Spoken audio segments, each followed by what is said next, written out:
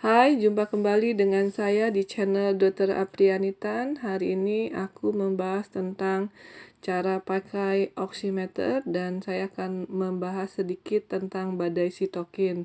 Tonton videonya sampai habis, nanti di akhir slide tentang oximeter ada praktek cara menggunakan oximeter.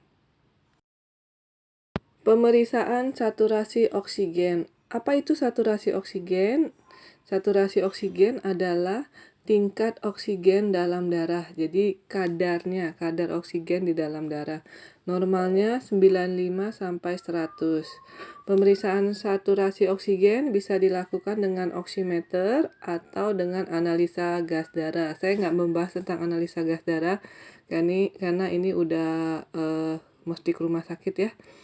WHO menghimbau agar pasien COVID-19 yang sedang menjalani isoman untuk memiliki oximeter karena resiko happy hypoxia, di mana kondisi sangat berbahaya dan mengancam nyawa bila tidak segera ditangani. Jadi, penting untuk selalu memantau kadar oksigen dalam tubuh kalau Anda isoman di rumah. Apa itu happy hypoxia atau silent hypoxia? Adalah menurunnya saturasi oksigen dalam darah tanpa disertai gejala. Nah, ini virus COVID agak unik ya. Orang udah saturasinya turun, tapi orangnya biasa aja, nggak ada sesak napas sama sekali. Nah, ini kita mesti hati-hati ya. Jika terjadi terus-menerus, mengakibatkan kerusakan jaringan dan organ-organ tubuh. Komplikasinya fatal, bisa gagal napas dan kematian mendadak. Oximeter ada dua macam, oximeter jari dan oximeter telinga. Alat untuk memantau saturasi oksigen arteri perifer atau tepi sebagai penanda oksigenasi jaringan. Tanpa oksigen, organ-organ tubuh seperti otak, hati, dan lainnya bisa rusak hanya beberapa menit usai gejala timbul. Alatnya tidak invasif, praktis, kontinu, dan akurat. Tidak layak baca pada anemia berat, pasien banyak gerak. Bisa dikonfirmasi dengan analisa gas darah. Ini udah jangkauan rumah sakit ya. Cara kerja, mengirimkan sinar inframerah ke pembuluh darah kapiler yang kemudian diserap oleh darah, kemudian diteruskan ke sensor dan ditampilkan hasilnya di monitor. Kadar oksigen di dalam darah ditakar dari banyak cahaya yang dipantulkan dari kapiler. Ini dua macam oximeter yang tadi saya ceritakan, oximeter telinga dan oximeter jari. Hal-hal yang perlu diperhatikan, tidak pakai kutek atau cat kuku karena bisa menghalangi sinar inframerah di oximeter. Kuku dalam kondisi bersih, kuku jarinya pendek ya, jangan panjang karena kalau panjang jarinya nggak masuk maksimal. Pakai jari telunjuk atau tengah, pastikan tangan tidak terlalu dingin, terlalu panas, terlalu basah atau berkeringat. Jika tangan terlalu dingin bisa diletakkan di dada dulu selama 5 menit ya. Posisi duduk tenang dan rileks, tidak banyak gerak, hindari cahaya berlebihan. Jika menggunakan oximeter dewasa untuk anak, pastikan ukuran alat bisa pas dengan jari anak. Beli alat di tempat terpercaya. Probe atau alat tidak boleh terlalu kencang karena menyebabkan konstriksi pembuluh darah, dan jangan terlalu longgar karena pembacaannya bisa ngaco. Kalau terlalu longgar mungkin bisa ditekan sedikit. Cara bersihkan dengan kain lembab atau alkohol swab.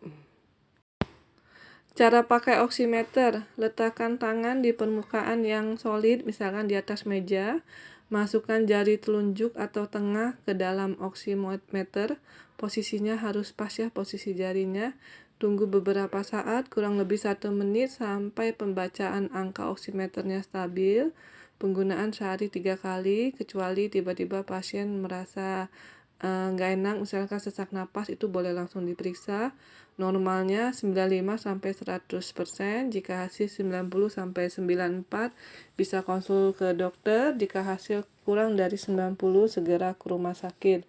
Untuk anak-anak yang pakai oximeter dewasa bisa dipakai jari jempol tangan atau jempol kaki atau 2 jari tangan langsung dimasukkan bersamaan ke dalam oximeter. Faktor yang menyebabkan pembacaan tidak akurat ada kutek di jari, cahayanya terlalu terang di atas probe atau alatnya ya.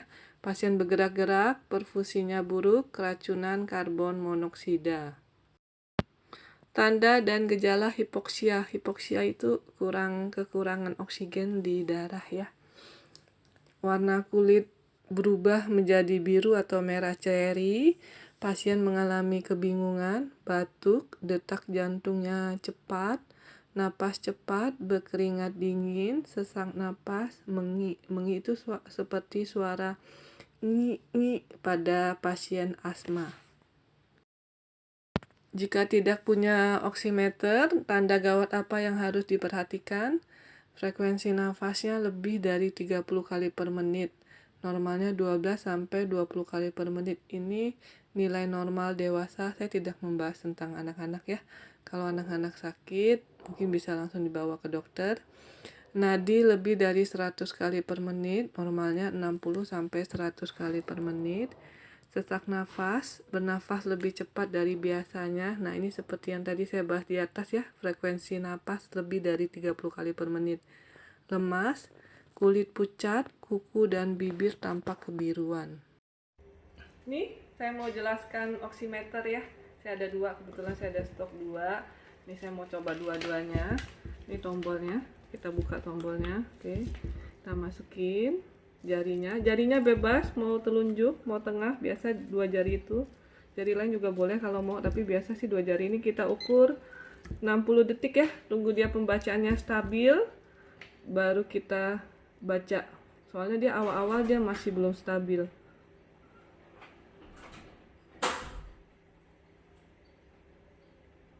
Tuh, dia masih naik turun.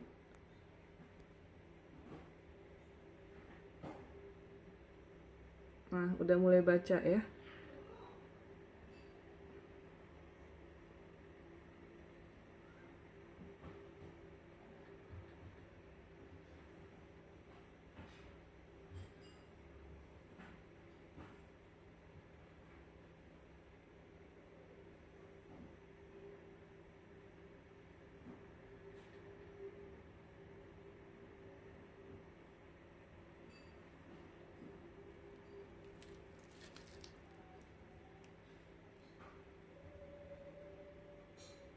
Nah, 60 detik udah selesai.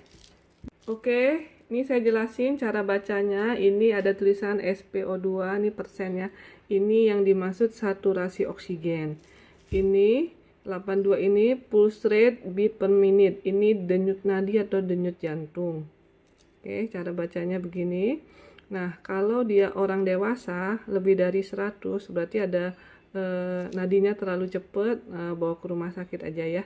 Nah, ini saya mau ajarin cara hitung nadi kalau nggak ada alat ini ya. Nadi ya, kalau saturasi oksigen udah mesti pakai alat.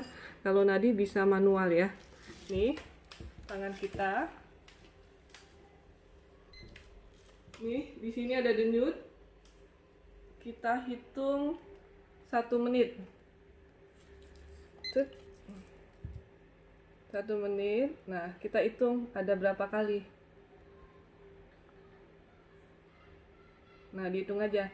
Nah, kalau bingung, maksudnya kalau kelamaan tuh 1 menit, nah kalian bisa hitung 15 detik. 15 detik, tapi nanti hasilnya dikali sama 4. Saya kasih contoh ya. Ini saya mau hitung 15 detik aja, kita mulai.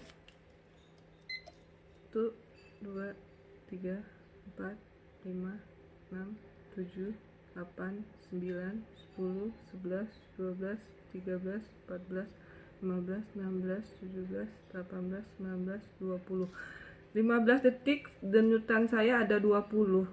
20, jadi kan tuh 15 detik, 1 menitnya kita kali 4. Jadi 20 kali 4 ada 80 kali per menit. Nah, satu lagi, ini kan oximeter nggak semua ada kan, kalian bisa mantau napas Anda. Letakkan di dada, dihitung berapa kali. Kalau lebih dari 30 kali berarti Anda udah sesak napas.